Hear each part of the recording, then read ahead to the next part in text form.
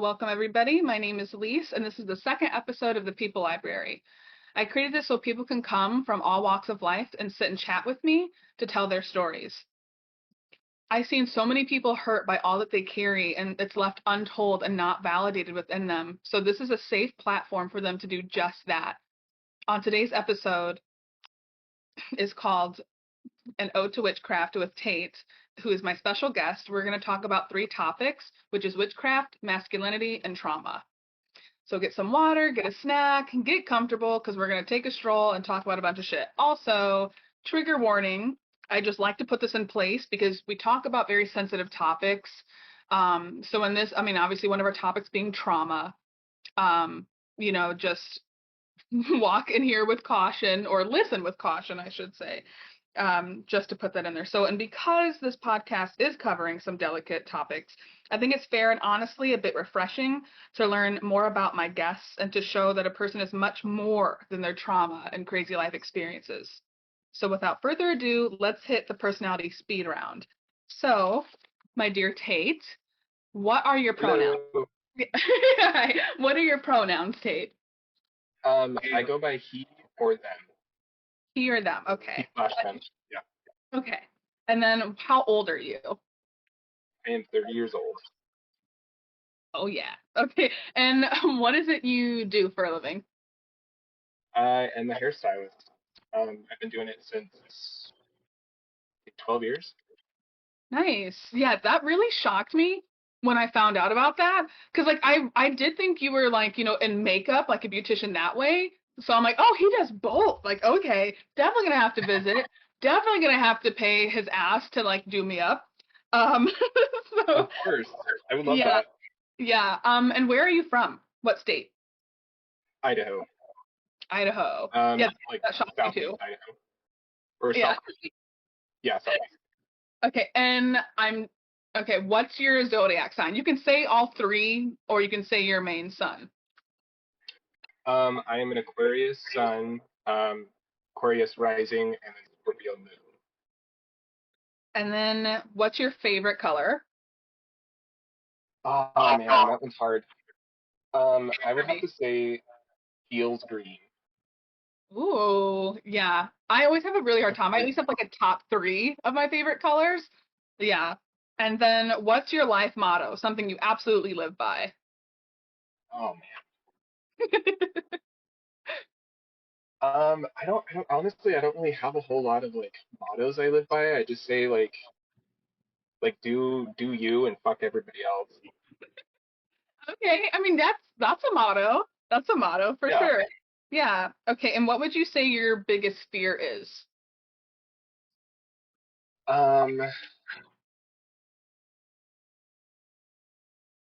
So like probably being trapped is my biggest fear, and that is like metaphorically and physically.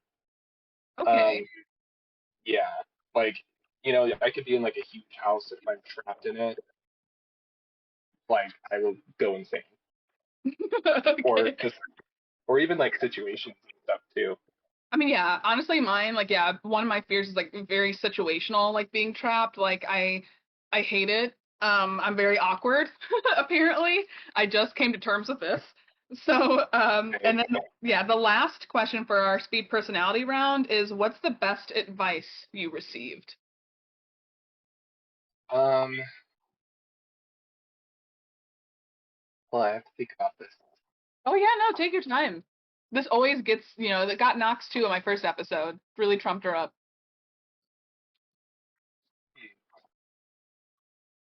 It had to be something in therapy, where it was,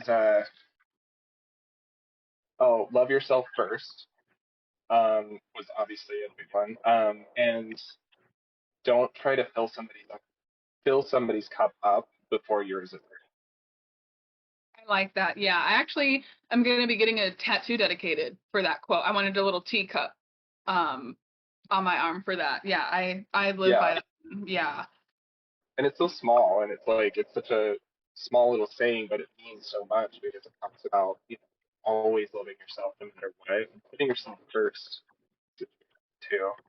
Yeah, for sure. And So thank you so much. Now that we know like some stuff about you, maybe we'll get like a little bit more comfortable, yeah, and get right to the good stuff. So I know we have the three topics that we're going to be talking about, but I do have to ask because since everything has shifted, because I started this podcast, right, and we talked about these topics, but the world has drastically started changing in a very interesting, shitty direction, if I may be so bold to say. So, um, how are you doing with that? Like, what's really hitting you? What are you really focusing on during these changes? Because, with them trying to revert back gay marriage, with them trying to revert back, they're trying to almost like go back like years and decades ago and literally try to like live that way again. How are you doing with that? Um, Honestly, it's been really hard. I think um, I was not doing really hot for a while, and I think like when I called you the other night, even, um, and I was in a dark place because it makes you feel really helpless with all of this, because you yourself cannot fix this situation. Um, and it's been really hard, but I think also focusing on the fact that like, and even Connor helped me clarify this, where it was like after all of this, we're going to have peace, and even though like how we get to that point is going to be rough, and it's not going to be peaches and keen and like fun, but that is what I've been focusing on. We just have to stick together and like go through this as a community rather than separate. And knowing that I'm not alone also helps too. And just continuously focusing on the fact that peace is coming, and it's going to be a peace that we probably will never understand until it happens. But that still doesn't negate the fact that these things are really fucking shitty and really. Um, I've been trying to hold it together for the most part, but holding on to that little piece of hope that things are going to get better, and almost like these things. I hate to say it, but like it's almost like these things need to happen in order to incite peace. Um, Yeah. and I've been trying to go to like any like women's marches. I've been there. I've been and even those protests are scary because a lot of the people are there with AR-15s. And I remember there was one guy that was waving it at me at one point, just like you know taunting me in a sense, and I'm like, what the hell? Like, how did we get here? Yeah. So it's scary. I think like I worry about like my niece, especially, and like my sister, and um, I worry. I mean, I think my mom's gonna be okay, but like I worry about my friends, family. It's it's really scary, and it's hard. It's hard to keep positive, but you have to hold on to some sort of hope and some sort of happiness to get yourself through that day. And you know, when you're Yeah. called upon to fight, then you'll go for it.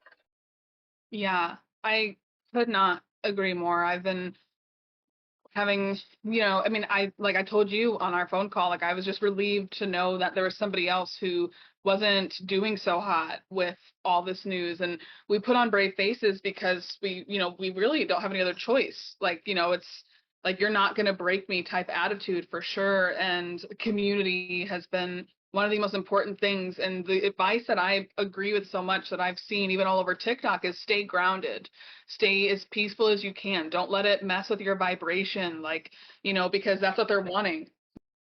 Thank you so much for sharing that with me. And, I'm very glad that you're strong, like you're being strong at facing everything. And it isn't easy by any means, but it's just something that I like to check in with, that I will be checking in with everybody that I talk to on here. And by the way, for those who do not know, Connor is my significant other. When he said Connor earlier, so we were all talking about this, and it's just beautiful to create and come together because that's what's going to get you through. So I'm going to go ahead and head to our first hot topic of discussion, which is witchcraft. So how long have you been Yay. studying? Yeah, how long have you been studying and practicing witchcraft, Tate? Probably, I think I was about 14 when I discovered it. I grew up very Mormon, and so like a lot of that was like very taboo. It was very, Satan, blah, like so. Of course, I was more intrigued with it after that, and I first kind of like was curious about it when like Harry Potter, for example. Like I was Oh obsessed my with God, Harry same. Potter. And so when I started kind of like look into it and like look into like just even like is witchcraft real? Like, when you're a kid and you just research like, continuously about something like, can I do this? Like type of thing. And I started to figure out I'm like, oh, there's actually witches. Like this isn't just a mythical creature. Like this is an actual thing. And I just kept on researching it more and more and more. And then by the time I was like 14, I was, I think I was like in eighth grade. I had a friend who I think she was Wiccan, and she introduced me to Wicca, which I'm not now, but she did help me kind of get into all of that and kind of open that door for me and taught me a lot of things where I was like, oh my God, like this totally takes the stigma out of what I was taught. And it just kind of snowballed from there because by the time I was a sophomore, I was like full blown into it. I had all the books and I had to keep it very secret. Like I had to keep it underneath my bed because my mom would like ransack my room a lot. And I would do just a lot of like different spells without all the tools, and that taught me like even before I had all the cool herbs and tools and things like that, that you don't need literally anything other than yourself in order to do any sort of spell. Hmm. And so that was like a really cool like way of kind of getting into it because, since I didn't have it, I couldn't, so I had to kind of improvise that way, and that was my way of like practicing witchcraft without getting caught. And yeah, and then it just kind of like just progressively I did more and more, and I made a lot of mistakes, I will say. Like I did a lot of stupid shit with witchcraft, and I learned my lesson real quick. Um, I think like I dabbled a lot in like love spells as a kid, and not to demonize like love spells because there are ways of doing it where it is it's not going to go against somebody's will. Yeah. But I did that. I went against somebody's will and forced a partner in my life that didn't that wasn't supposed to. And so it was like that was a huge wake up call because I was like, oh shit, like this person is not understanding why they're attracted to me, but they just are. And they're like, there's something that's pulling me and I don't understand. And the minute I broke that spell, I never saw him again. Like that's how like it was. And it was weird. But um, yeah, I mean, like I messed around with like spirits and all the wrong ways. And I didn't really have a whole lot of teachers, so everything that I have learned was out of my own research and my own like self-taught um, ways, and I didn't follow a specific path or anything Huh. because I just didn't resonate with it. I just believed that magic was its own thing, and it wasn't left, right, blue or gray. It was just magic. That's like super. Oh my God. That's like super crazy because my mom also did ransack my room and my siblings' rooms, by the way. So I totally know and totally understand that for Yeah. sure. Um, but that's I never heard of anybody in witchcraft talking about like actually succeeding. Like you see a lot about this love spell stuff. It has to be one of the most popular stuff like of Hmm. witchcraft that you see and that people try to jump into without a lot of knowledge. And I've Yeah. never heard of an actual like successful one happening. That's terrifying. Like it's scary because some people are so lonely out here and Hmm. just want somebody so bad. Um So I'm happy that it didn't feel right for you and you broke it and that you learned from Yeah. that. But the next Well, question that I have, oh, sorry, no, go ahead, go ahead. oh, I was just gonna comment on even just like on the love spell itself. Like it reminded me, now that I think about it, it reminds me of like, in the craft when they did that love spell and like the guy just was obsessed with her. Yeah. Have you seen the craft, right? Yeah, okay. And it was becoming a lot like that. Like he would come to my door unprovoked and he's like, and he would even say like, I don't even know how I got here. And I'm like, oh shit, like Oh my I God. need to break this now. Yeah, yeah. Oh So my it was God. getting to that point, and I was like, oh, okay, I know exactly what this is. So Goodbye. yeah, yeah.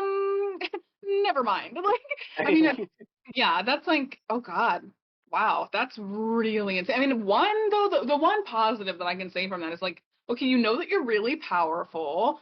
So Yeah, there, yeah. yeah, there's that. But what do you have to say in response to people who say witchcraft is like evil and have fear towards it? I think it goes to the fact that like people will always fear what they don't understand, and I think people are very conditioned to believe that witchcraft is evil is because, the last, what, 400 years we've instilled in people's heads that witchcraft is the devil's work and it's, we have sold our soul and kill babies and like it's like that kind of crap that, they instill.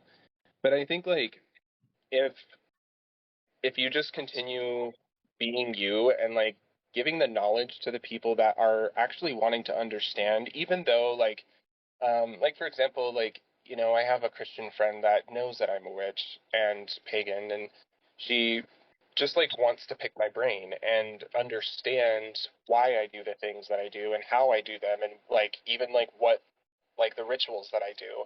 I am more than happy to explain all of what I do to somebody if they're willing to know. And when people are really like deterred by it and they're like, oh my god, like they're just completely like they're not going to make up their minds, just Yeah. walk away from them. You're going to waste your energy fighting for yourself and fighting for what you believe into somebody that's never going to change their mind. So I say do you, be safe, and continuously like knowledge is power, like always research, and yeah.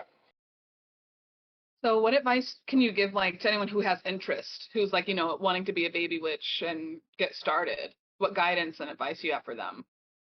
um so to get started, I would recommend researching the authors that are problematic, to see why they are problematic and going away from that. Because, like, there's a lot of different authors that are, they teach a lot of misogyny, they teach a lot of racism. So just do yourself a favor and just steer away from those people. Um, and and witchcraft can be very overwhelming. Like when you first step into this, like it is incredibly overwhelming. It's incredibly like in all the good ways and the bad ways. Like you're just like, I don't know where to do, where to go.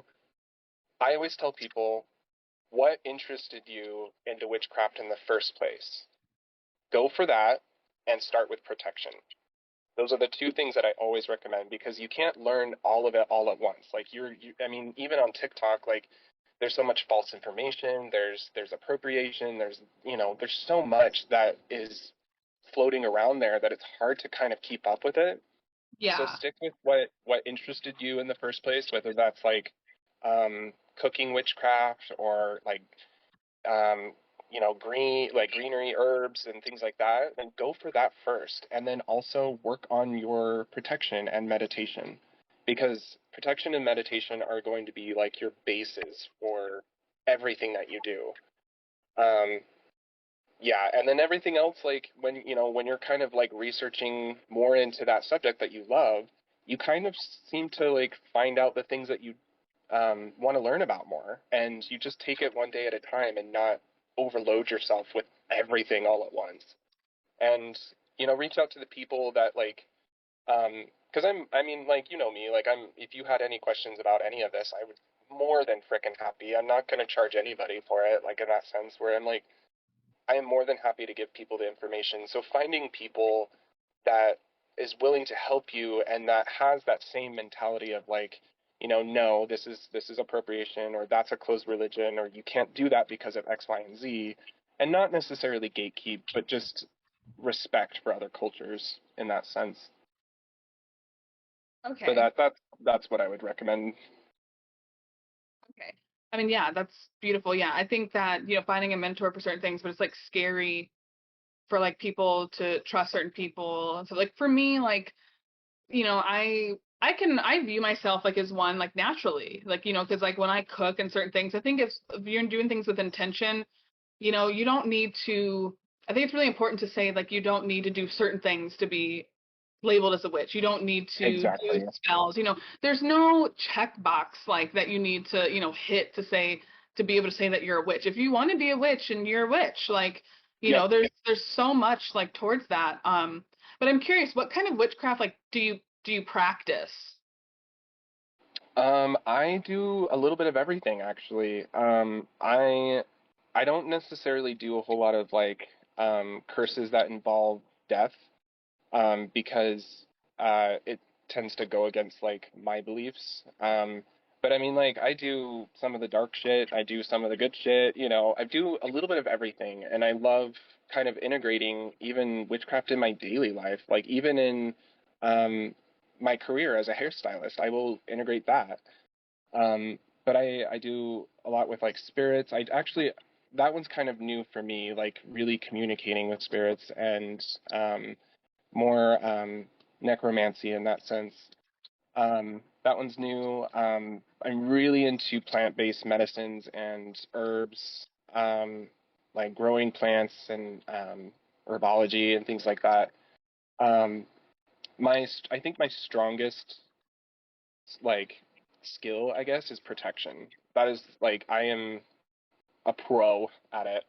Um, but yeah, I mean, it's just like a little bit of everything, and I'm still learning. Like I'm not all knowing, and I don't think anybody truly is in that path. Is like you're always learning different things. You're learning and deconstructing your beliefs, even from when you were a Christian or wherever it may be. But yeah, you're always learning. Yeah, and I remember, thank you for that. And I remember I'm really intrigued for you to share this because you really helped me honestly with this one with what you believe deities are. Oh, so like, trying to remember what I said. Yeah, because I know you I work with know, them. yeah. So Uh, like, Danny's, I think they're all kind of like. So I guess like, what do you mean about that question? Like, like, yeah, so um, remember when we talked about it, you said something along the lines of like how you believe that there are people, I believe that have either been here before, like that leveled up fully, like they, uh, oh, yes. yeah, that, yeah. Yeah, I think deities, like a lot of them, I don't think all of them, but I think a lot of them were people on Earth, and they became gods through enlightenment and through just like leveling up in that sense, and not in the way that I think we think, but just understanding how life works and how and understanding how um, energy is, and like the more enlightened you are, the more that you grow into this being, and when you pass away or when you go into the spirit realm, you just continuously grow. And and I think a lot of like demigods, they end up like turning into that too. Um, there's also like even like tulpas, which that one, I know that there's a different terminology for that too, because I think tulpa is mainly just for like Jewish people, for Judaism, I think. Um, but it's that collective like belief in something. So like even with the Christian God, I think that when people worship him, I don't think they're worshiping like the OG God. I think they're worshiping some tulpa in that sense, where a lot of people collectively just thought him up. And so he's just like this false god in that sense, because people just kind of put all that energy into believing that he is real. And so he just like manifested itself essentially. And yeah, I mean, I think like I think a lot of the times I think that God's even like had to come down here to experience life, and kind of like how we experience life. We were all put here to experience the pain and struggles and understand how life is beautiful here when you finally see it, and how there is a lot of like heartbreak and sadness and also happiness and joy and hope for them to understand what they're ruling in a sense, like what they're helping create on Earth. Hmm. So, That's really interesting. How did you start like working with them? like, I didn't start working with them until I was older.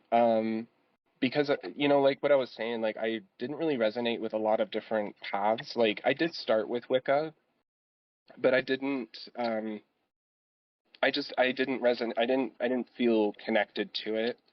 And I just didn't really think that it was meant for me. So like I tried working with like the god and goddess in that religion, and it didn't work. So I just went kind of like I forgot the word for it, but where I was like an atheist, but I still practiced witchcraft and I worked with energy. And it wasn't until I would say 2017 that I started really working with gods. And that's when I found out about Kemetichism. Um, and I started working with them and just feeling a different energy with these deities that I've never felt before. Because like when I was Christian, like you prayed and you did all the things, and most of us know, and I just never felt that connect to it. It was just almost like a parental type of feeling and energy that I got from it, like almost like they were being like, "Hey, you finally found us," like I was adopted or something like that, and I was looking for my parents. Like that's how it kind of felt. Um, and that's how I kind of just like started working with them more and more and understanding. And I've even made mistakes with that aspect too. Like I did some like wrong things that were disrespectful to them, and learned my mistakes and refined what I was doing. Yeah, because I mean, you even helped me. Like, you've been, I gotta say, you've been like really great, like with any like questions I had, because, um, like with me, I do believe, and it gave me almost like some comfort, because the one reason why I was hesitant to like work with deities, because I don't really know what the hell they are. I don't know. Hmm. I'm not gonna be able to tell if it's another type of entity or energy messing with me and not actually the deity. And hearing that story really like humanized it for me and made it like Hmm. more just understandable for me. So that way, I don't know, it just, after hearing like your point of view on it, it really just clicked with me. I'm like, yeah, I could really get behind that. And I think it's really interesting. I can't wait, because whoever also gets on my podcast in the future, which I have a couple of people who also do witchcraft, I cannot wait to hear the different, thoughts on what deities are. But Hmm. how do yours communicate with you? Like, I'm really interested in hearing about that, because I hear a lot about how people don't know when they're trying to communicate or how to get into communication with them. Right. And it's gonna be it's not a one size fits all type of thing. Like I mean, and sometimes different gods will communicate in only a certain amount of ways, and sometimes gods will communicate in a bazillion different ways. Um, typically, okay, so when I first started working with them, it was only through tarot, and I have an Egyptian tarot deck that I used for them, and I'd get the messages when I would like read the tarot card and things like that. But now I've figured that I am also clairsentient. So like I'm clairaudient and clairsentient with the gods, and so I will still pull the cards and I will still like do what I normally did. But then what I usually do is put my hands over the cards and just listen. And I would just clear my head and just listen, and whatever. And this is kind of hard to do sometimes when you first get into it, is like um you just, like let whatever words come out of your mouth come to you. And I think that's also how a lot of people speak with source too, and or spirit, and they just kind of listen and hear these thoughts. And um, being able to differentiate what is your thought and what's not is really important in that aspect. Um, because sometimes like I'll get messages that are super clear, or even accents. Like I've gotten to the point where I can detect like an accent coming from them, and even Crazy. accents that I've never even heard. What was that? That's so crazy. Sorry, I'm like in awe because I want clairaudient abilities so bad, but that's like one clair. They're like, nope. Like so, It's like yeah, yeah, it's so amazing. Oh my God. yeah, yeah. Um, I mean, and like, so I will do it that way, but that one, like, you don't like you have to be in that mindset. Like people think that you can just walk around and like you'll hear it sometimes, and that does happen, but your mind isn't clear enough to really hear those messages too. And I know that there are some people that they can just like click and they're in that mindset and they get all those messages, and I'm like, wow, I love that for you, but I'm not like that. But I mean, and sometimes it can be even the most simplest things that I will know that they're trying to reach out to me. And sometimes like you have to be the driver of how they communicate with you too. So like if you say, if Nebthet, which is Nephthys, if she wants to communicate with me, put on my favorite song, or put on like I communicate a lot with music as well, or just like put on a song that you enjoy, and it's always the same song that I know that she enjoys, and so I'm like, all right, cool, all right, we're gonna talk. So I mean, you just kind of put out in the universe and put out to these gods of like, if you want to communicate with me, please do it this way. So you are just very clear, cutthroat of how you communicate with the gods and how you want to be communicated back. It's a very like you have to think of it of like being in a healthy relationship. Like you want to put your needs and your wants out in the universe. If they don't do that for you, then that's maybe not your God. But also understand that they are beings as well. They're sentient beings. They get to choose whether they communicate with you or not, and they get to choose if like they even answer you. So you just kind of put out like even like a wind chime as well. Like just make the wind chime blow or like whatever in the next 10 minutes, and I'll know that you're communicating with me. So I mean, even just simple things like that is a way that you can communicate with them. There's it's just an endless possibility. You just have to be the one to kind of take the driver's seat, because listening to just repetitive numbers and listening to just like the very surface level things, not saying that's bad, but sometimes that can be confusing because those repetitive numbers can mean something to you, but it could also mean something different to the gods. And so it just kind of gets jumbled of like, what does this mean? And then it just goes back to that. You're like, I don't know what the hell you're talking about. So just make it clear.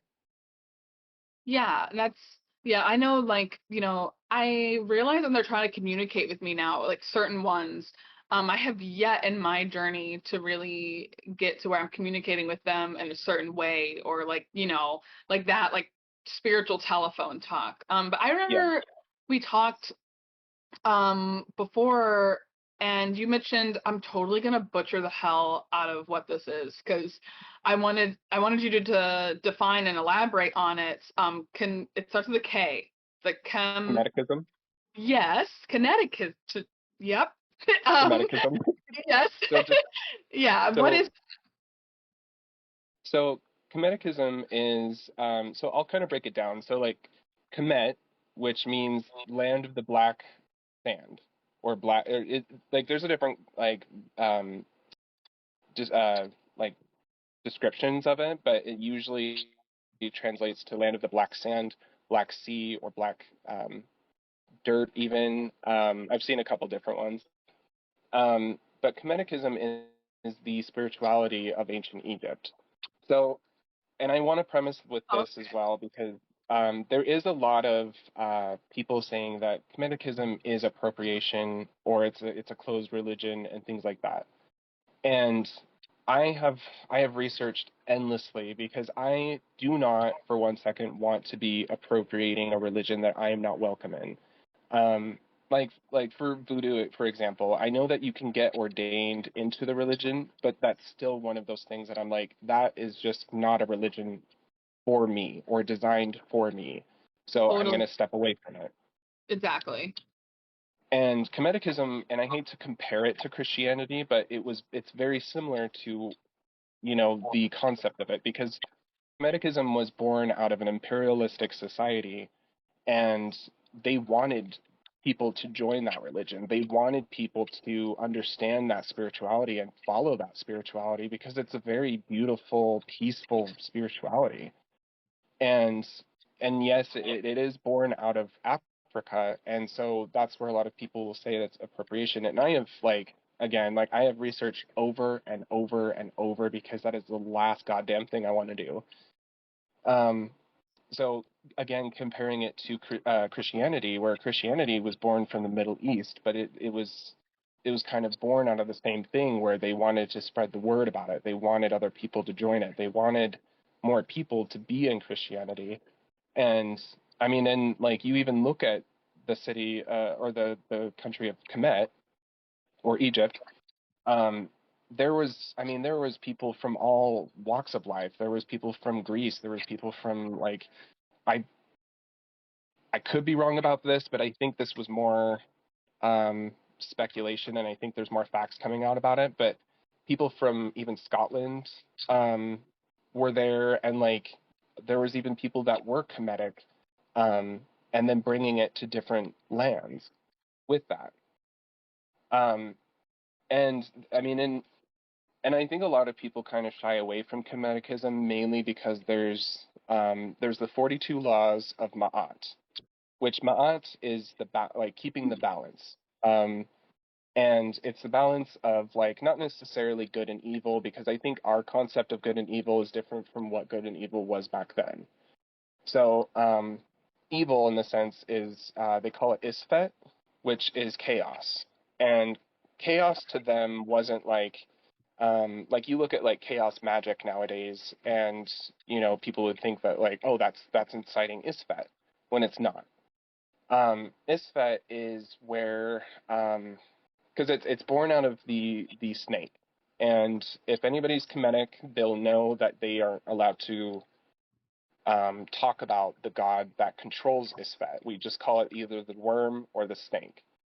And I usually will call it a poop because it's AP, and then I'm going to break up the name, but it's AP slash EP slash.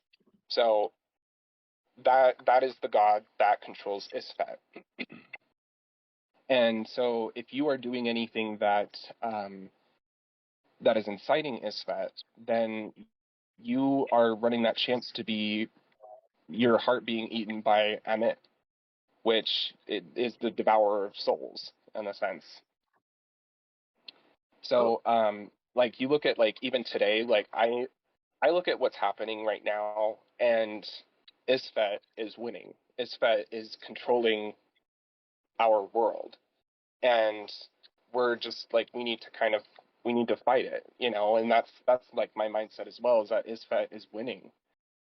And um and yeah, so I mean even with the 42 laws of Ma'at, a lot of them, and going back to why people are shying away from it is because it's a lot like the 10 Commandments except better.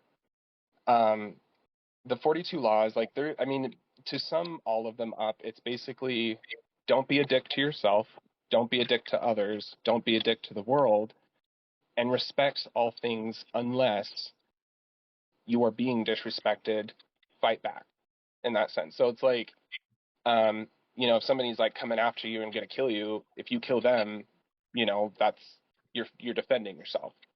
right. And there's another one where this one, I think this one's my favorite, where it's talking about if you are sitting at a table eating bread while somebody's sitting at the table with you, hungry, you will not sit at the same table eating or not splitting the bread with them. And that just, it, it talks about like making sure that like, you are providing for somebody else too, and like helping them, not in a codependent way, but just like in a way that you're able to kind of just give to the people when you already have enough. So it's that cup theory too, Yeah. where once your cup is full, start giving it to other people, because the overflow, what are you going to do with the overflow? Nothing.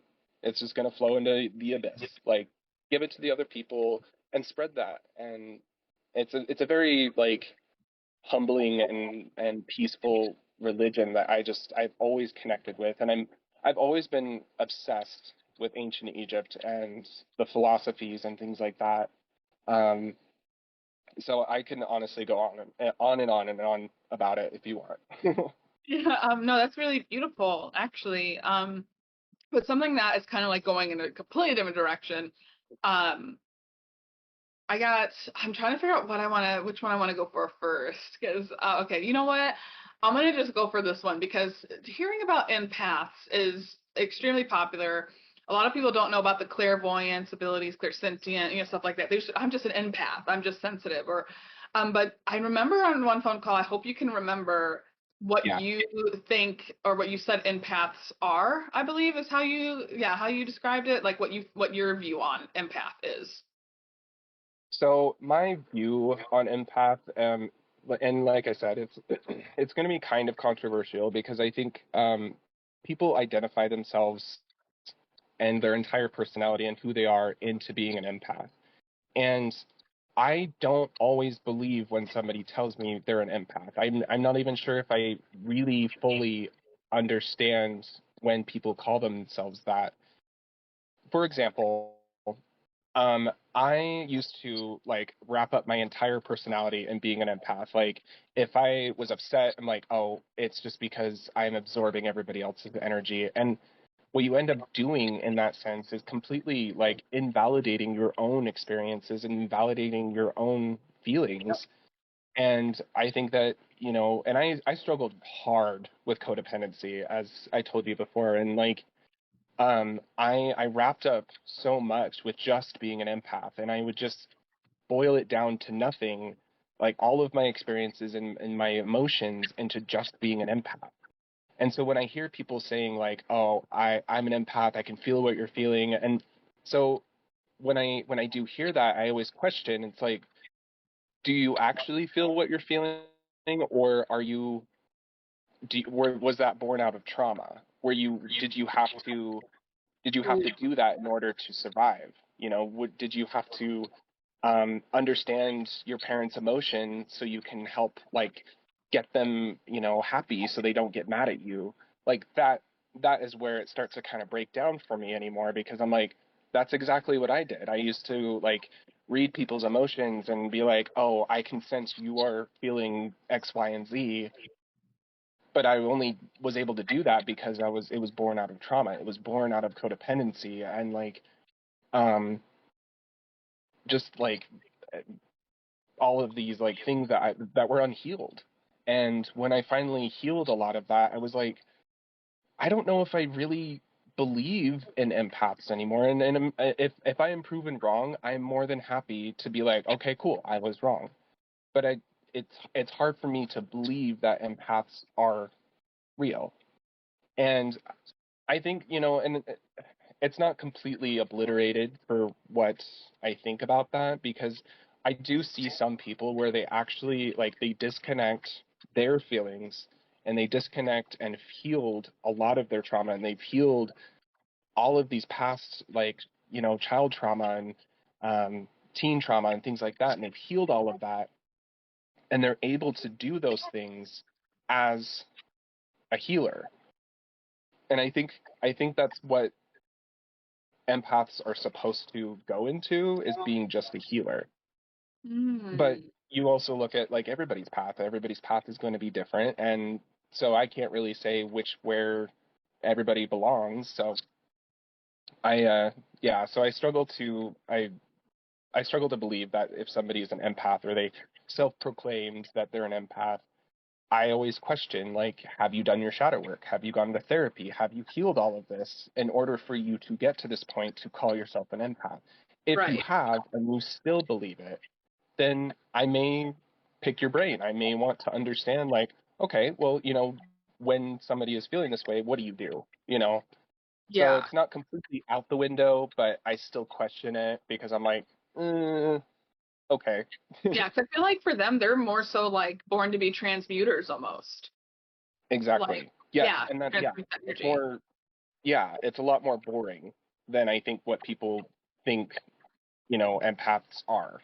It's a lot more just like transmuters, like you said. That's perfect.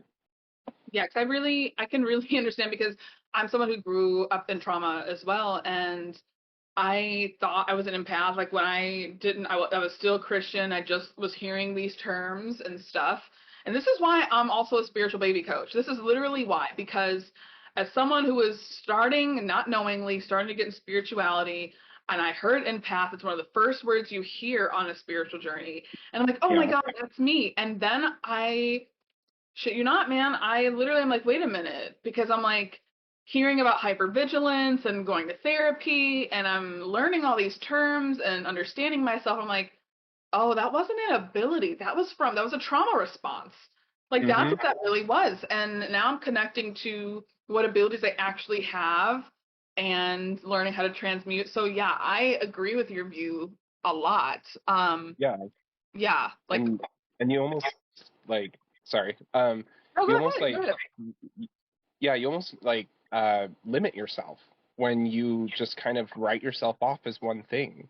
When I think a lot of people don't, or a lot of people forget that we're multifaceted in everything, and like we're gonna have our strong suits and things, but like when you write yourself off with just being an empath, you limit your abilities, you limit yourself, first of all, and you limit like how you're able to communicate with people and how to communicate with spirits and so when you go to therapy and things like that, it almost like it hurts you because you're like, no, I'm an empath. Like, and so hearing that even, it can just, you start getting triggered and you're like, if you don't catch that and be like, wait, why am I triggered because of this? Like, maybe I should kind of ask myself this and dissect why this is all, making me mad or upset. Yeah, So, and yeah, I'm really curious of another hard turn here. How do you you're see good. science? How do you see science and logic like having a big part of spirituality? So, um, and this is very like specific to my path because I know, like I keep on saying, like everybody's path is going to be different. But I think a lot of the times we forget that, the mundane part of our lives and we forget about the scientific part of our lives. And yes, there are things that we cannot explain that spirituality can. And there are things that science can explain that spirituality can't.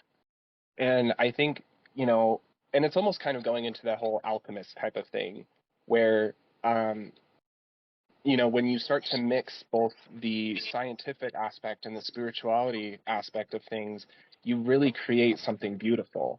And you create an understanding of the world and the universe and how things work.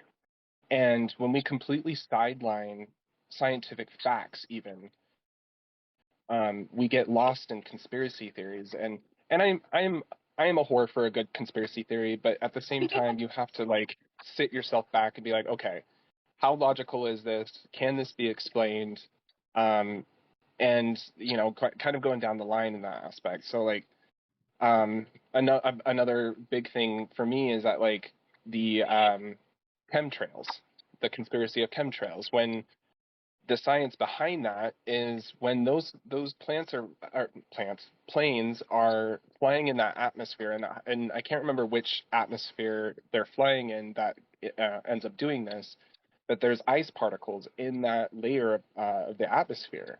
So when the plane goes through, it hits that plane, and because of like this, like it just coming off of that plane, it almost creates like a snow, and so that's why it looks like, a trail, is because it's just like snow in that sense, just kind of hanging out there. And trying to explain, and I'm not completely like outright saying that it's never ever going to be a chemtrail, because I'm sure, I'm sure the government has done something similar, but also layering and weighting yourself down with actual facts may help you decipher what's real and what's not. Yeah. And there was one thing that I was going to say. I completely lost it. But I mean, yeah, it's just like, like spirits. That's a big one too. So like listening to even like how your house creaks and moans like when it cools down at night, and deciphering what is, what's a natural occurrence and what's not either. And like if I hear something, I I go through my head, and just decipher every single thing that could be that noise. And then I will go to that same place that I heard it and then try to recreate it. And I'm like, okay, it was that noise. It wasn't an actual paranormal experience. Even though I have had numerous paranormal experiences, I also want to weight myself down with, mundane facts. Like, did the washer machine like make a weird noise, or was that Bigfoot in my bathroom? Like, you know what I'm saying? Like, Yeah. you have to be able to understand how the world works in order to understand what we don't know. That's actually really interesting. God, I absolutely love your views on a lot of stuff. I want to get to the next topic, which is lovely masculinity. Ah, yes. So, yes. Ah, yes. So what did masculinity mean to you before you started your healing journey? So I think, and I'm sure a lot of people can vouch for this, but like masculinity to me was more physical and more, not even like the energetic part. And I didn't start learning that until later. But what I thought of masculinity was like being strong and not showing your emotions, and the typical toxic male masculinity that usually ends up coming with that. Um, and being able to be in a fight, or like be able to change a tire. Really stupid things to classify as masculinity, but like it changed a lot, yeah, when I healed all of that, because it kind of it made me think of like what masculinity actually is, and it's an energy rather than an actual physical thing. Oh my God, that's beautifully said. That's like, yeah, I agree 100%. I used to, even, being born with someone of the genitals of a female, like I used to think the same thing. Like when I was dating people, and I wanted them to be masculine, I would have described it as, oh, well, can you help me change my tire? Or do you like to Right. work like a hard labor job? Like really crazy. And I honestly thank spirituality so much now for, you know, explaining to me and teaching me how it is an energy and everybody has masculinity. Really helped me a Yeah. lot in my personal journey. As someone who grew up though in a Mormon religion, can you speak on their kind of church view when it comes to masculinity? What was their view? Like, I'm really curious about uh that. so from what I remember, women were below men, and men were the ones that were to like lead this world. I mean, I remember when like I was in like Boy Scouts and things like that, and they told us that we can't show our emotions around women because like, it was how they talked about women were almost like they were a different species, but they were like the lesser species of us. Yeah. And I remember even just as a kid just listening to that, and I'm like, this doesn't feel right. Like, I feel uncomfy. Um, and they only saw women as like the cooking and cleaning and raising the kids, the typical patriarchal bullshit. And Yeah. men were the providers, they were the protectors, they were, X, Y, and Z, and um, they were usually the ones that got into well, I think like both the men and the women that were ordained in the temple were the ones that got to the celestial kingdom, which is the first heaven. Mm. Um, don't remember the second one, and then the third one's like hell. But um, but men had a almost kind of like a kingdom in there, and women were there to serve in this like heaven. And so like just with all of these ideologies that they had, it was really like weird how they thought about women and how they thought about themselves was almost very godlike, and they and how they just always made women to be this only like you can only fit in this box and that's it. And if you're outside that box, you're not going to my heaven, and you're you're garbage. And it's really just it's I wouldn't really say messed up. that is Huh? so like, oh my God. Like I wow, I would not have survived in a Mormon upbringing. Spirit knew, nah girl, like not for this Yeah. life. Yeah.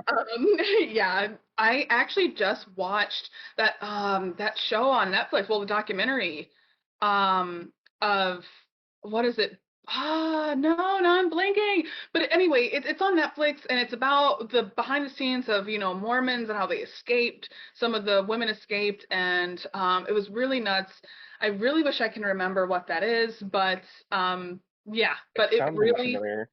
right. Is it called like Oh, Sound Pretty or what? um, is this the one that's it's about like the fundamentalists? Is that what you're thinking? Like I think it's like the the guy who went sister to jail wives? or prison in it.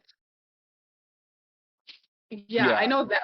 Yeah, it'll probably come to me. It'll probably come to me when I like when we're on like a different topic. Um, but I gotta ask, what age did you realize that you weren't um straight? Like, how was that for you to hide for all those years being Oh Mormon? man. Um, I think because I didn't know what the term was. I mean, I knew what gay was even like as a kid, but I didn't understand what it meant until probably sixth grade. And I it was really hard. Like I was scared because I didn't want to go to hell. And I remember praying, like I had a picture of Jesus by my bedside and I would pray the gay away. And all it did was put it in the back of my head, and then it would creep back up, and then I would pray it away again and it would go back. And every time I tried to push it away and push it away, it just crept back up even harder too. It would just be like a boomerang effect. It would just be like poof, like hitting me back in the head every single time. Um, it was hard. It was, I mean, and I think that's where, because I was homophobic around that time. Like there was this guy. I actually work with him now, but I used to make fun of him in middle school. Really? And yeah, I was mean. I was so mean to him, and I would call him like homophobic slurs and like things like that. And it was all stemmed out of homophobia and being scared of becoming that and becoming homosexual. Like it was just all out of fear. And when I got into eighth grade, I finally kind of came half. I said that I was bisexual because I was afraid of just being full blown gay, Yeah. because gay people were feminine and feminine was weak, was how I was taught.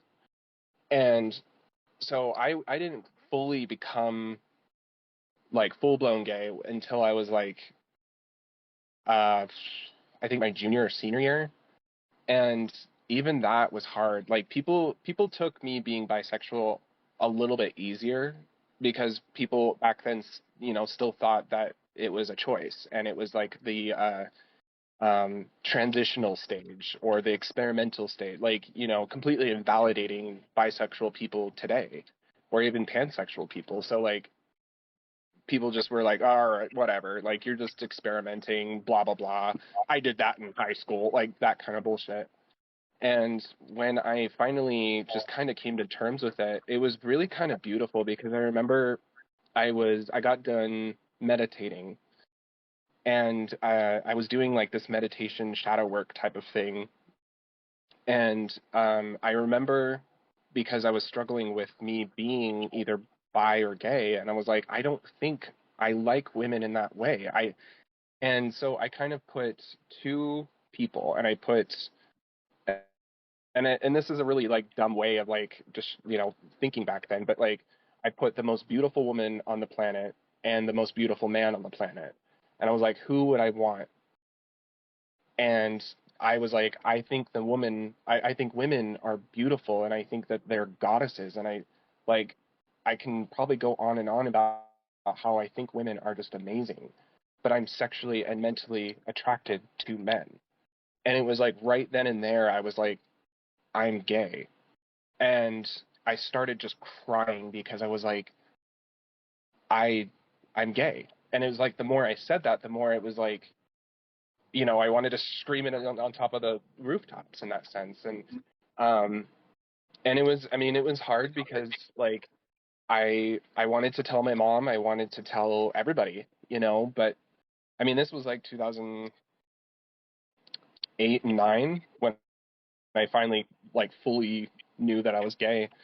Um I wanted to say, to my mom, like, hey mom, like, guess who's gay? Me, like, whatever. But like, but growing up, like, she was really hard, about like gay people. Like, she hated them. And I remember when like Brokeback Mountain came about, she and I always remember this. And when it came out, like she was like, "Oh, that looks like a great movie," and like my ears perked up. I was like, "What?" Because back, I think this was like when I was in sixth grade when I, was praying the gay away, Yeah. and and my sister was like, "Well, that's a gay movie, you know that?" And then my mom just saying like, "That's disgusting," and her face just set it off for me, because I was like, I don't ever want to tell her that.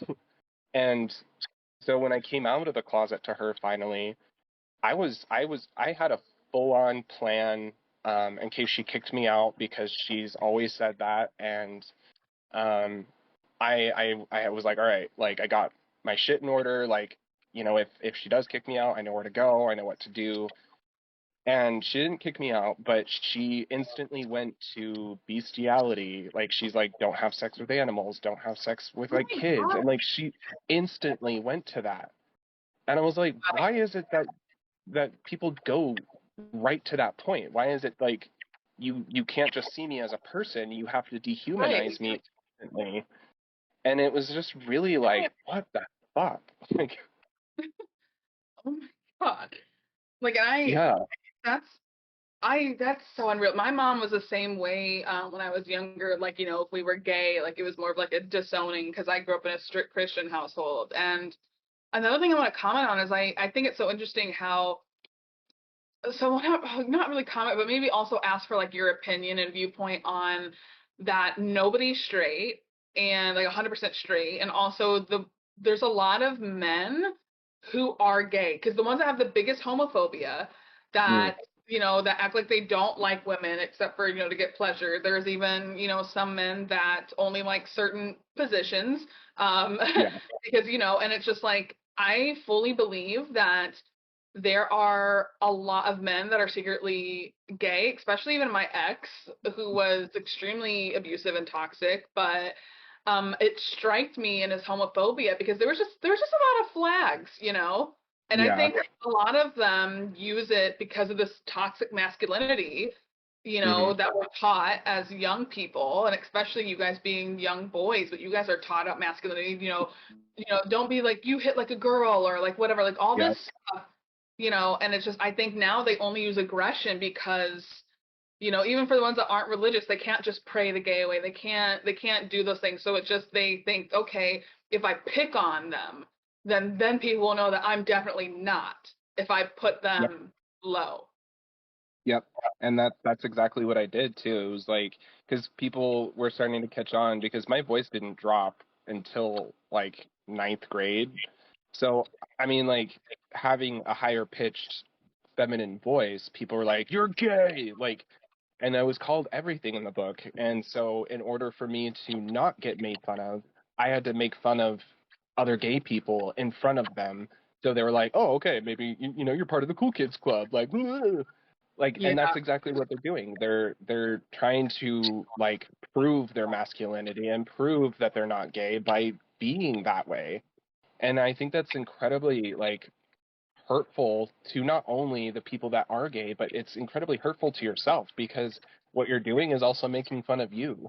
You're hurting you in that process as well. Yeah, And people don't talk it's about. yeah. So I I guess think it's just like, go ahead. no, sorry. I was just, I guess that really got to me. Like that kind of made me hurt for so many people because as much as it's so horrible and disgusting what they're doing, I can't help but just almost have this kind of pity, like for them Yep. because it's like, oh my God, like you hate, like you despise what you are so much that like Yeah. you just yeah, and it just it really hurts. But yeah, so I guess I'm really curious now with your background, what got you into makeup and hair then? Like, where'd that journey come from? So okay, so like when let's see, I started wearing eyeliner. I think I started wearing eyeliner in 8th grade. I mean, if you want to count like Halloween when I was a kid, then sure, but like I didn't start doing it myself until I was in 8th grade, and I wear it to school, and I would have to wash it off as much as I possibly could before I went home, because I was not allowed to wear eyeliner, and I wasn't allowed to be like, because I'm more alternative, so like I wasn't allowed to do that. And so that was one of those things that were like off limits. I could never wear eyeliner ever unless it's like Halloween. And so it started out of just a rebellion. Like I started doing these things to kind of say a big fuck you to everybody telling me that I look a certain way, and like, I'm going to hell. And so it was just like it was out of anarchy.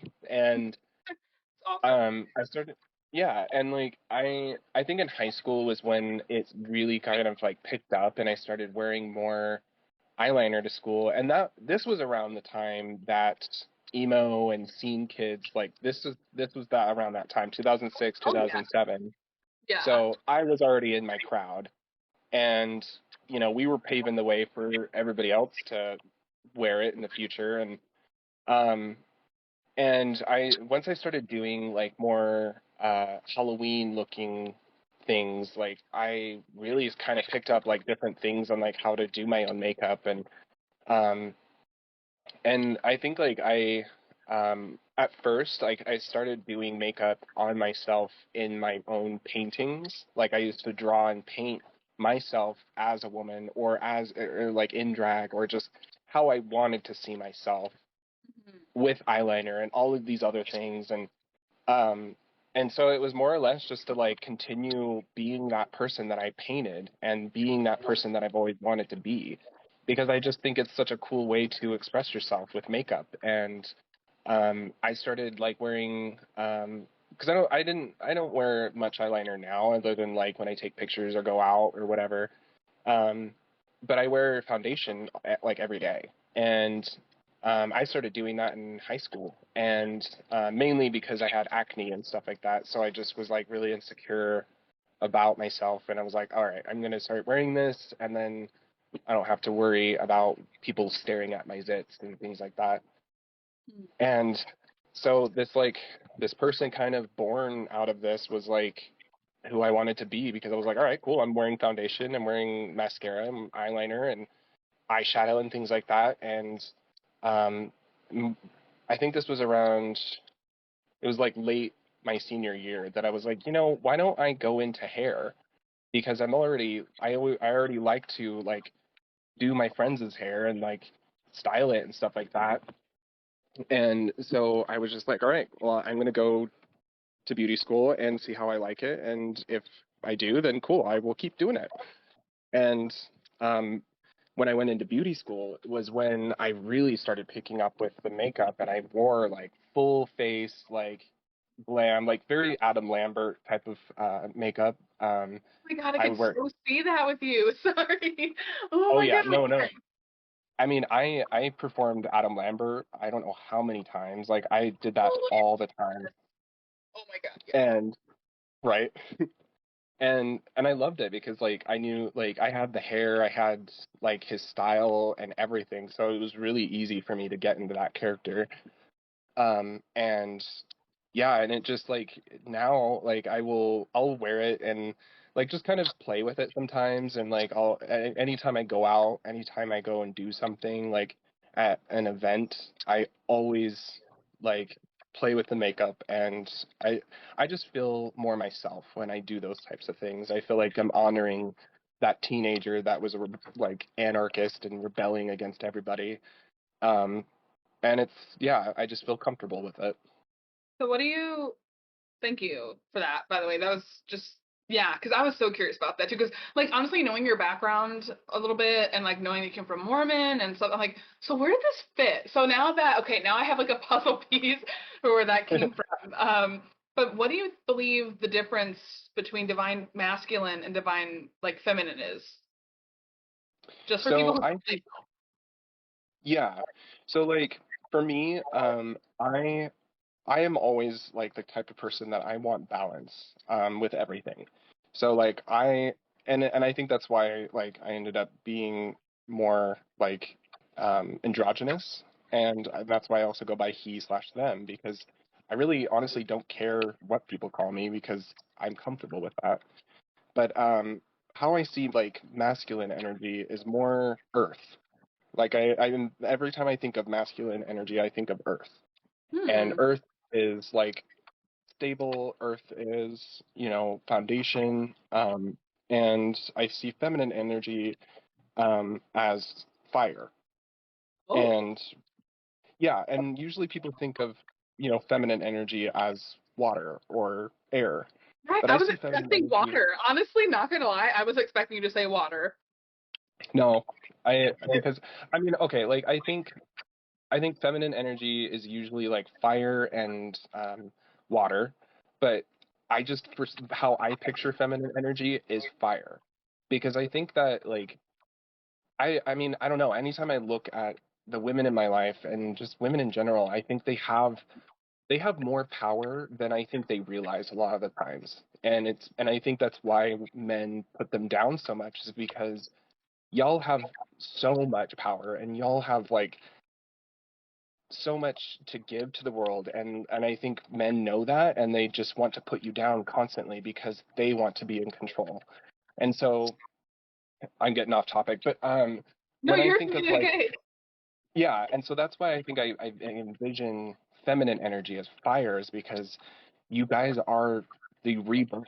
You are giving the foundation for life to grow in a way that not water. I mean, water is that aspect, but I think that like you guys are more of the creators and the destroyers, and men, or the masculine energy, is more just like giving that foundation and helping things grow where they're at, and like being that like brute strength in that sense, but not in that sense of like being physical. um but that's how I kind of envision it. I know it's kind of like off beaten path, but like I envision it like that. Oh, but I love that. Like I love that so much. Like that honestly, because the fire also then represents the just divine feminine and then dark divine feminine all in Oh, one swoosh. Like so yeah, because the destroyers and the waymakers, because yeah, ash, like when anything's burnt down, the forest fires, like ash is a fertilizer. So I really love that actually. yeah. Yeah. So what does masculinity mean to you today? I know we talked about what it meant before your healing journey, but how about now? How would you describe it now for you? I think, like, I don't know, like I guess in like the more mundane sense, I think that masculinity, and because it's been so confused and like twisted and shit like that, I think masculinity is like being that foundation, like I was kind of explaining, for like women to, and everybody, like not just women, but just like masculinity should be more about like the foundation. I don't know how to describe it other than that, but um I say I the don't know, same. because whenever what? I say the same thing. So like what I say when somebody asks me, I say, oh my God, okay, because this is perfect. I think you're gonna totally resonate then since you said foundation. I remember when I talked to Connor, I told him, and I think, or my friend Bree at the time, I had told her, I feel like masculinity is like the house. Okay, and it's like, the foundation of the house, where because if the structure is completely gone, you can't express, you can't play, you can't do these beautiful divine feminine things safely inside. And so I believe the masculine energy is really 100% the foundation for the home. Yeah, yeah. And like the feminine is like the what makes the home in that Yeah. sense. And Yes, it's like, exactly. yeah, and I think like when people when they hang out in like one side or the other of those energies, because I feel like we need to have some sort of balance with those types of energies. It's a lot like the yin and yang. It's the, two sides of the same coin type of thing. So like when somebody is zero feminine in them, it kind of it makes the polar, like the um what am I thinking of? Like the poles, magnetic poles, just like Mhm. it's going all over the place. Like you can't just have one without the other. And like when you have a mixture of both the masculine and the feminine, you have such a balanced way of going about your life, and you have a balanced energy, and you're able to provide in so many different ways, physically, spiritually, and mentally. Um, and like I think like when I think of like positive masculinity, I see somebody that's very like nurturing even, and just seeing somebody that's like I will pick stuff up and put them down, but I will also be there for a shoulder to cry on, and I will also cry with you. And I see like positive masculinity as like being able to communicate and being able to just like help just kind of carry everything else with the feminine, Yeah. Like I'm almost kind of what I think I'm when I'm picturing is like the Green Man, just very like um, you know, soft and like also very strong and very um nurturing as well. Yeah, I think something that comes to my mind really is when you were talking about like that shoulder to cry on bit, I think of Will Smith a little bit. Like, almost because to me he kind of like he keeps the foundation as in he rolls out the red carpet for Hmm. Jada.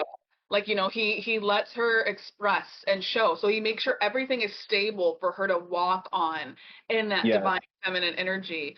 And it's just, yes. And it's like, we have to think like even like caregivers, right? Like to be honest, that's a very divine masculine job.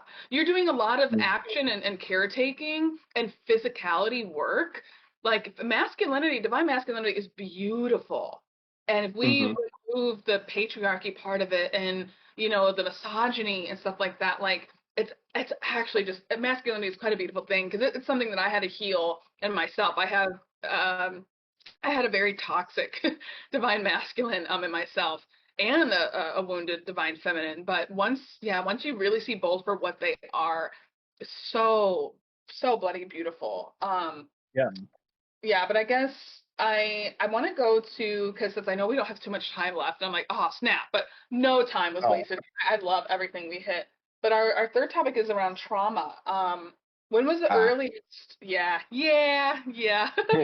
When when was the earliest you experienced trauma? And if you don't mind, like lightly talking on what types of trauma you experienced, and where you're at in your healing journey. I know it's like a loaded question. Yeah. No, you're good. So I think the earliest that I can remember experiencing trauma, I think probably the first thing that I experienced was neglect. Um, and not in the way of like I was never fed, but like emotional. I had a lot of emotional neglection from my parents. They just were emotionally unavailable, and they weren't able to like help me with that. And I was very like forgotten. Like they would just kind of leave me into my own devices, and I was left alone with my own feelings a lot of the times, and I wasn't able to cope with literally anything, and I wasn't able to um, handle situations in real life when something arose. And so I think that's the first trauma that I can think of where it was detrimental to me today, where I was just always neglected in that sense. And I think the big one, the first big one would have to be from when I was in church. We were getting ready to do baptisms for the dead, and you kind of go into this like interview with the bishop, and they ask you like if you've sinned essentially, and one of them was like fornication, and then I can't remember the word for it, but it means like masturbation. Um, I think it was, yeah, it was like that. And at like 13, I was just like you know embarrassed, and I was like, no. No, I was younger than that. I was 10. I was 10 or 11. And he was asking, and they ask all of these kids that. And so like there's that.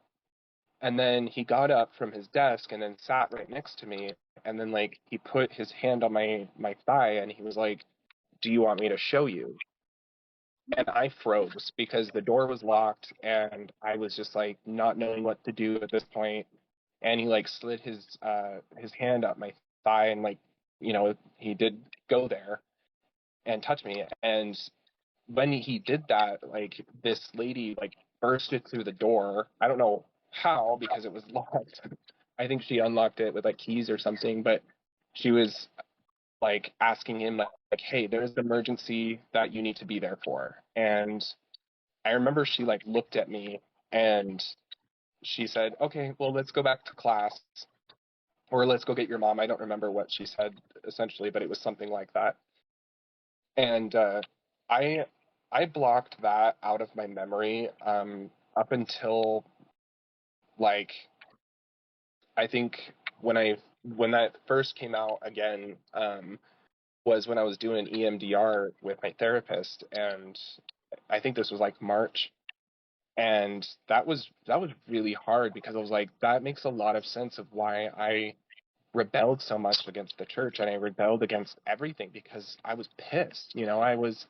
Uh, I was violated at such a young age, and so like I didn't see anything very essential to me anymore. Like I just didn't care about the world, and I was pissed.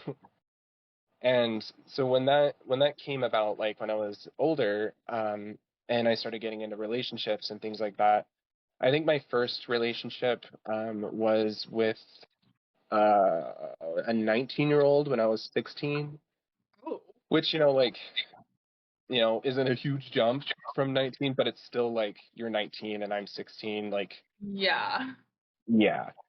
And he would like force himself on me all the time, and like of course at 16 I thought that this is what it's supposed to look like. And he was much bigger than me, he's taller, and like he would do that all the time, and I didn't think anything of it. And then when I had my next relationship after him, I wanted to wait to do things. And after 2 months, he was like really persistent on me giving it up to him. And like I was still a virgin at this time, and uh, he he said, meet me in the parking lot, and um, like he brought his friend with him, and I was like, okay. And I got in the car. His friend got out of the car and locked it and walked around, but he was like close enough to where he could still lock the car. And he forced himself on me, and he raped me. And I remember when I was trying to get out of the car, I would unlock it and open it, and then it was slammed shut because he would like run up to the car and slam it shut and locked it again. And after a few times of that, and like my attacker, punching me or hurting me, I gave up and just was like, all right, since I don't matter, like. And so that was right before my senior year when that happened. And that was really hard because my senior year, I was mean. I was fucking mean to people, because I was shattered. Like everything that I was, everything who I thought I was, everything about me just shattered in that moment. And um, I lost everything of who I was because I guess I didn't care anymore, because, you know, like when he was done, he said I was disgusting, and he feels disgusting because I was disgusting, like that type of thing. And when, you know, and I didn't deal with that at all. I didn't tell a soul until I like, well, I'll go fast forward to beauty school, and I was dating somebody else, and this one was a little bit more violent, so just a trigger warning. So I was he lived in kind of like a house that was like separate to his parents' house, and it was kind of like a weird like basement, but it was like a mother's quarters is what I imagined what it would be. But there was like no windows. It was all made out of concrete. It was still like a cool little house, but there was no escape except for the door. And he, you know, we were hanging out, and then like things got to that point, and like I was just like, no, I want to wait. Like I don't want to do this. Um, and then he was just like, he was annoyed, but he just kind of like brushed it off. So I was like, okay, cool. Like he respects that. And so like we were like wrestling, like play wrestling, and nothing like too bad. And there was a point where my hand slipped, and it hit him in the face. Like I didn't want to punch him, but like it's hard to describe without showing. But there was a lot of resistance with like me like trying to push his hand off of me in a playful way, and like my hand was kind of like in a fist already because it's like hand was pushing against mine, and it slipped, and it hit him in the face, and it punched him.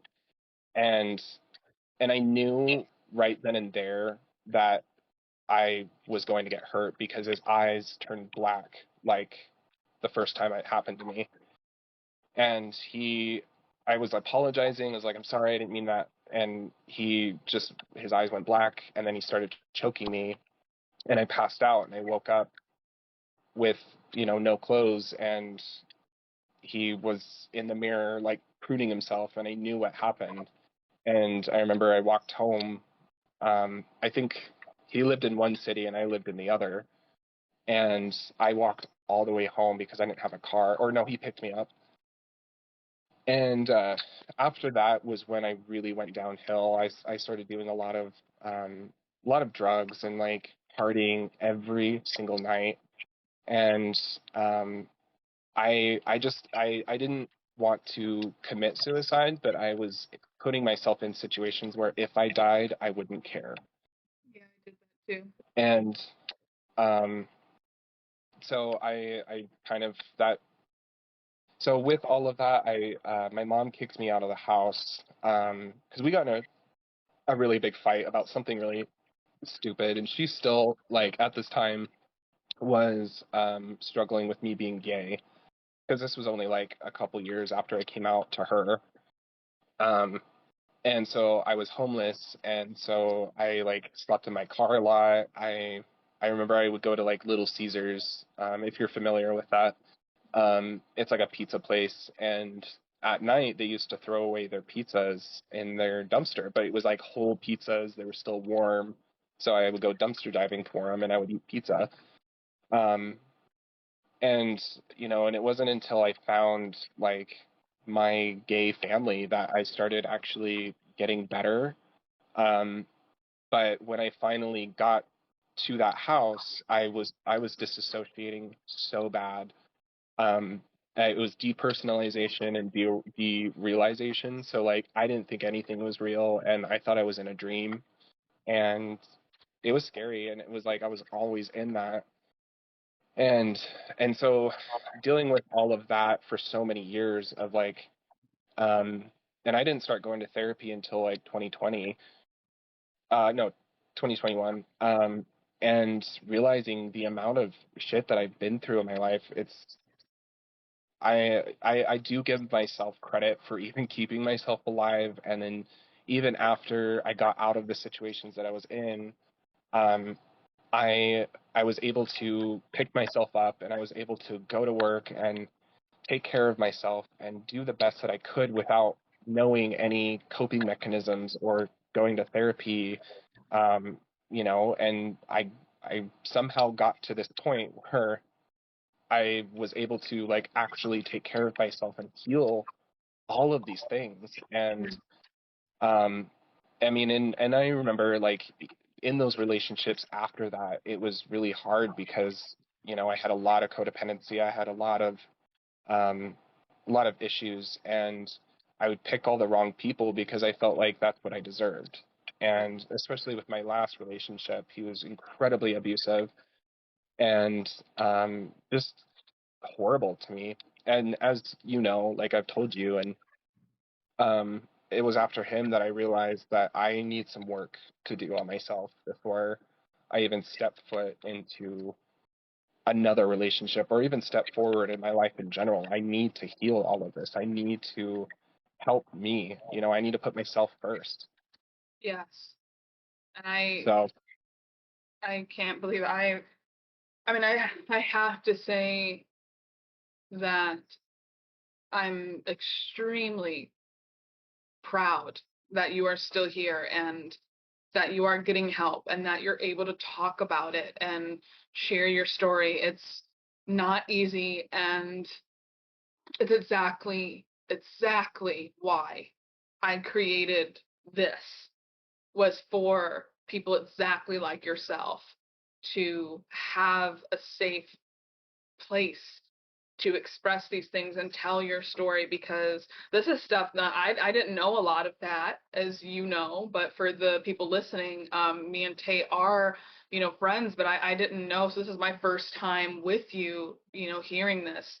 And my heart aches so hard because I know you as someone who's been there for me, who listens to me, and who's such a sweetheart. And it makes me angry, even though I know it's not going to do any good or solve anything, but it makes me so angry. And I'm sorry. And I know that I didn't do those things, but I feel that as someone who's also a survivor of assault, that I remember the one time that I was apologized to and I broke down so hard because I've never heard a sorry. yeah, And even if it was from somebody else, it was just enough to be a placeholder for that apology. So thank you for feeling comfortable and being brave to share these things here. And it's just really beautiful. Um, thank you. yeah, you're so welcome, because it's a really hard thing to do what you just did. Yeah, And yeah. yeah, I guess, so, whew, okay, so we'll have everybody take a big breath after that one. But what advice would you give to anyone who has been through the same types of trauma you have? Um, you know, I'm gonna talk to people like I'm gonna talk to my younger self. Um, it's okay. You're not alone, and get help. And it's not weak of you to get help. It's always going to help you understand why you're feeling angry, and it's going to help you understand coping mechanisms in order to deal with these things. And the sooner you get help, the sooner you can actually live your life, because when you have had those things, you carry it with you whether you think you are healed from it or not. Like you need to get help, and there are so many ways to get help with therapy and continuing that therapy with shadow work as well. And um, just knowing that you're never going to be alone with this ever. You know, like there is such a huge movement with Me Too, and um, you know, it keep pushing. Don't fucking let them win ever. Don't fucking let them win. Prove to them that you're able to survive whatever fucking life throws at you and get help. And I do believe, and I know, if I honestly feel if I wasn't a part of this community of people who have been hurt too, that I wouldn't have any right to say what I'm about to say. But since I have been, I do feel like I have, some right to. And I feel like when we hear that there's always a tower moment before, your sun card and everything in your wheel of fortune and your, what is it, 10 of Pentacles or 9 of Pentacles, but 10. yeah, 10, thank you. I do feel that the same with life when it happens. Like there can be a whole tower from the moment you're born until a certain part. It could last years. And for my particular story in my life, I feel like my movement was from birth all the way until now. And now I'm starting to have the wheels turn in my life. And I do believe that the worse you have it in the beginning, the bigger your Wheel of Fortune moment is after you And heal the work. oh, sorry. No, no, no, go ahead. Go ahead. I think like when we are put in these situations where like they are just so horrifying and you go through so much trauma and you heal them, it gives you so much more to give back as well. Yeah. And and like yeah, like once you heal and go from these things, the bigger the rewards are in the sense, but not in the sense of like you have to go through these things to get those rewards, but you're able to appreciate life in a different perspective of what you've never been able to appreciate before. And you can actually tell your story like I am, and hopefully I can, if I help one person or two people, that is enough for me. And like that to me is like going through those things. I know that I was meant to go through those things to experience really shitty things, even though I didn't deserve any of it. But I think it helped me put a stabilization of who I am and what I'm able to give to other people and help as well. Yes. Like, and how is going to therapy? How has that been? Starting that and doing that. How have you been doing with therapy and Uh, stuff like that? Um, at first, I almost quit at the beginning because I felt attacked. I felt like because and kind of going back to the whole empath thing, like all of the things that I I thought I had such a stable core of who I was, and for somebody to tell me that I don't even know who I am, and that nobody knows who I am, Yes. and that really shatters everything about yourself. That really shatters like who you think you are, and you're like, no, I know who I am, but you truly don't. Like you don't show that. You don't ever show who you are, and um, and when you don't do that, nobody's ever truly met who you are. Nobody's ever met the real you. Nobody's ever been able to experience that. And so, like, hearing all of that at first, it really shattered everything for me because I thought I built a very strong foundation of who I was. And, and after that does shatter, though, it helped me kind of pick up the pieces of what I want to keep. It's almost like, you're clearing out your bedroom and you're trying to like pick and choose what you want to keep and what you want to throw away or donate or whatever. It's very much like that, but in an explosive way. Like a bomb goes off in your room and you're picking up the pieces that survived. Oof. And when I finally like, because you go through a lot of times where you just want to quit, like you want to give up, you want to just be done. Like you were like, when do I? And I remember even asking my therapist, like, when am I going to be healed? And in my unhealed brain, I was thinking like, all right, there's a time limit. I want to be done by this year. Like I was legit thinking that way. And she told me that you're never fully healed. Like you can heal all of these traumas, but you're never actually ever going to be 100% healed all the time. You're always healing. And that was a hard thing to grasp because I was like, well, shit, like, am I always going to deal with this shit? And it was like getting the tools in order to deal with those things is really important. And I don't know where I don't know where I would be mentally if I didn't have the tools given to me in therapy, because with modern day events and life and things like that, I don't know how I would be able to deal with this without therapy. And I feel for the people that are dealing with this without the coping mechanisms, because people are scared, and I would be a hot mess because, like, being unsafe is a huge thing. Yeah. And so when I was, it wasn't until I started doing, no, it was when we got done with codependency, because when I started to learn and understand what codependency was, it was really hard for me again to understand that I was codependent, and I was pretty fluent in all of the different things. There's victim, the persecutor, and rescuer. And I was fluent in every single one of them because I've had layers and layers and layers of trauma. And usually, people that are fluent in all three of those have had layers of trauma. Typically, people hover around one, but somebody that's had a lot, you go through all of them all the time. Yes. Um, Like and go ahead. sorry, thank you. I was just gonna say that I remember in my beginning therapy at a certain time where, yeah, I thought just like you. I could resonate so much to everything you just said because I was told, like, you don't know who you are underneath all that trauma. And I'm like, oh my God, like it was Mm, an identity crisis. It really was that I don't know who I am. And for my trauma, mine started very extremely young. So I don't know who I could have been. And that was a whole grieving. I still grieve that a little bit to this day. yeah.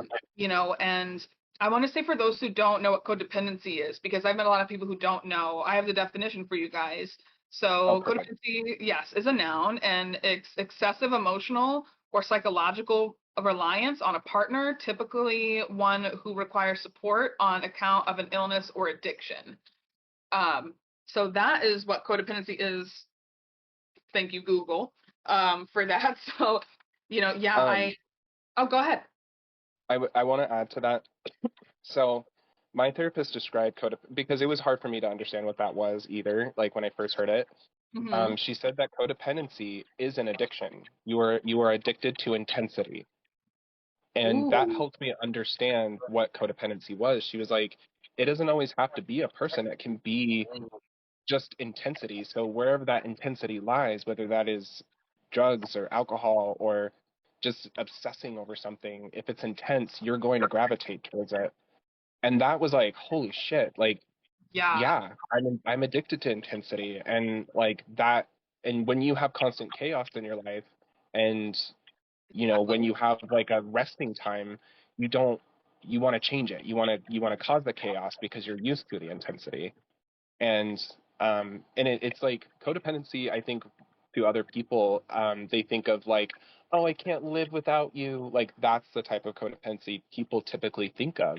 But it's multifaceted in that sense, where like there's so many layers to it. There's so many definitions to it, and it's very complex. And being a people pleaser is codependency. Being a persecutor and saying like you're right or I'm right, you're wrong all the time, whether you are wrong or right, you're right.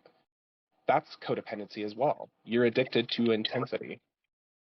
So mind blowing to me because, like, I totally agree. And yeah, that would have very well, like, mind fucked me too. We all need to tip Tate's therapist.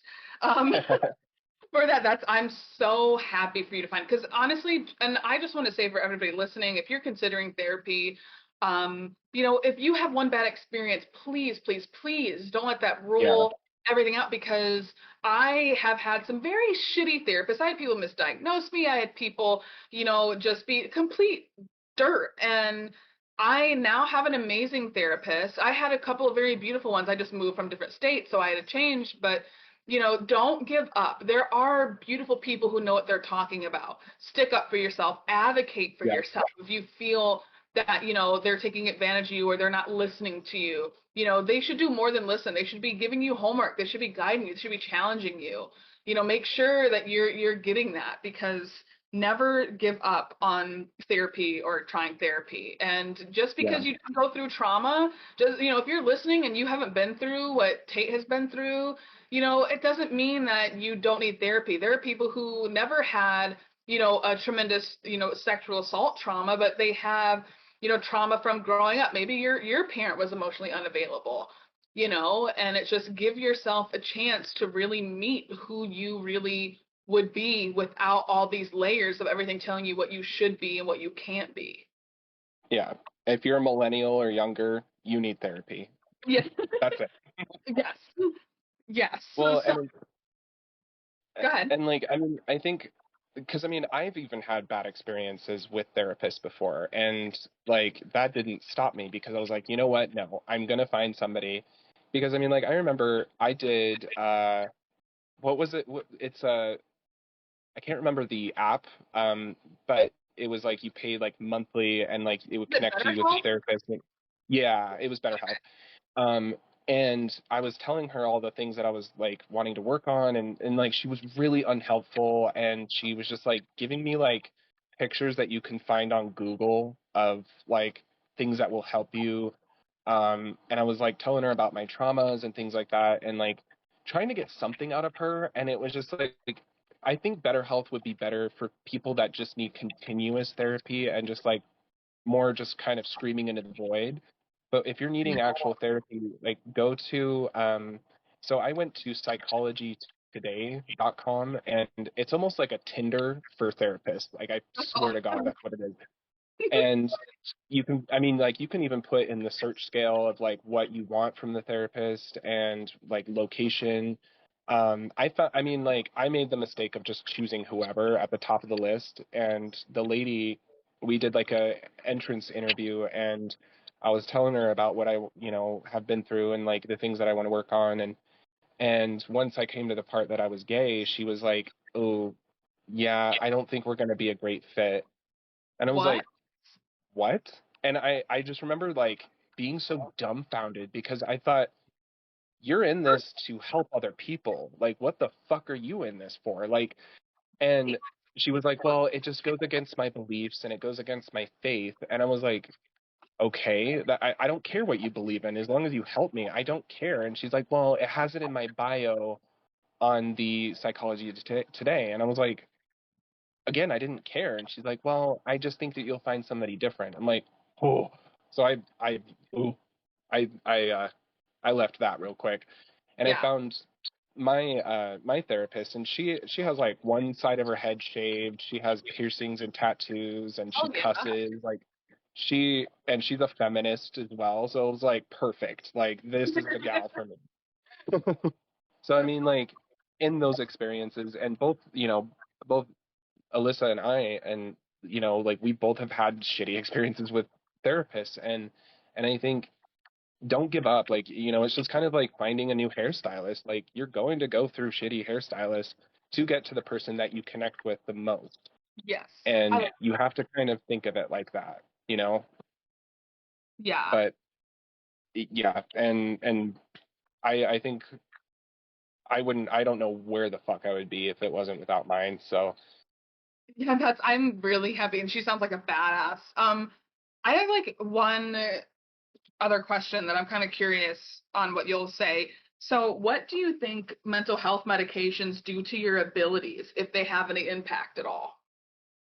Um, I know that there's like a couple different ones. I know that like Lexapro and Prozac, like I know that I struggled to connect with a lot of my abilities.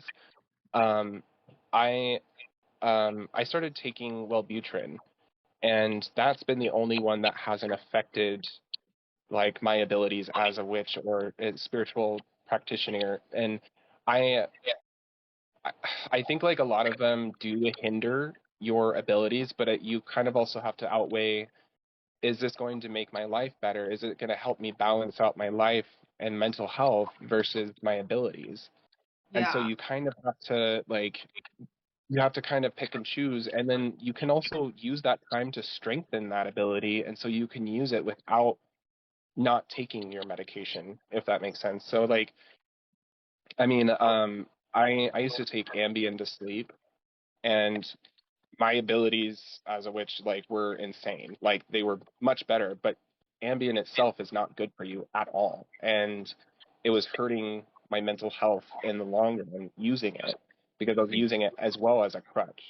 And I was using it like um in the sense of like an addiction.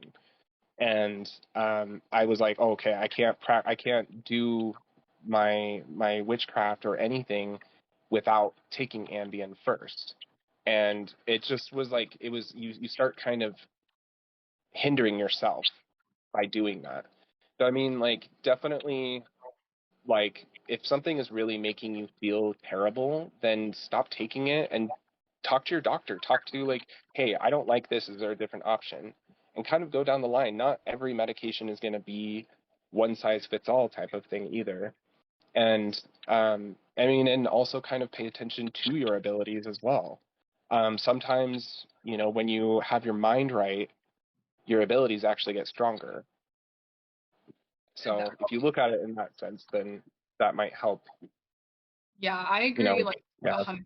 Yeah, that was really good. That was really good because you talked on like both sides, where both sides people can go. I think it's like super important. Yeah, that's like really Yeah. beautiful. Yeah, so thank you for that. Yeah. And I guess, you know, I mean, I guess I pretty much, yeah, I'm very proud because, yeah, we can go to our, close now. I'm gonna edit that part out, of course. Always. Um, but hold on, how do I want to say that? This is what I love about recording. I can cut out anything. Um, but, um, okay, well okay. How do I want to do that? How do I want to do that? How do I want to close? I'm so awkward, but I love myself. Um, Oh, you're good. Okay. yeah, so okay, but yeah, thank you so much. That really closes like the three topics. I have just my beautiful advertisement, like I will always be doing at the end of this podcast. So today we are talking about my dear friend and sister, Karen Sinnott. She makes custom tumbler cups, keychains, tote bags, and journals. And you can find her on TikTok with its Majestic Mama Creations. Her link is on her Instagram, same name, Majestic Mama Creations. And she does beautiful work, very custom designs, all handmade. And I myself have organized her link so you can find the prices and set a custom appointment with her via email. And it's just, I love my shirts. I love my mugs that she makes. She can put pictures and everything on them. So it's really beautiful. Um, Thank you guys, everybody who listened. I love you all, and I wish you the best healing. Tate, I'm just super excited for your healing journey and where you're going to go because you've already, just listening to you, you've come so far, and it's very Thank you. beautiful. And yes, you're so welcome. And just, I love everybody who's here. Thanks so much for your support. And thanks so much for just being here with me on this journey, talking to these beautiful and amazing people. And so I'll be signing off, and with my famous, famous quote, not my famous quote, I lied, I'm sorry, but it's from The Truman Show. And I end every podcast with this line. In case I don't see it, good morning, good evening, and good night. Thank you so much for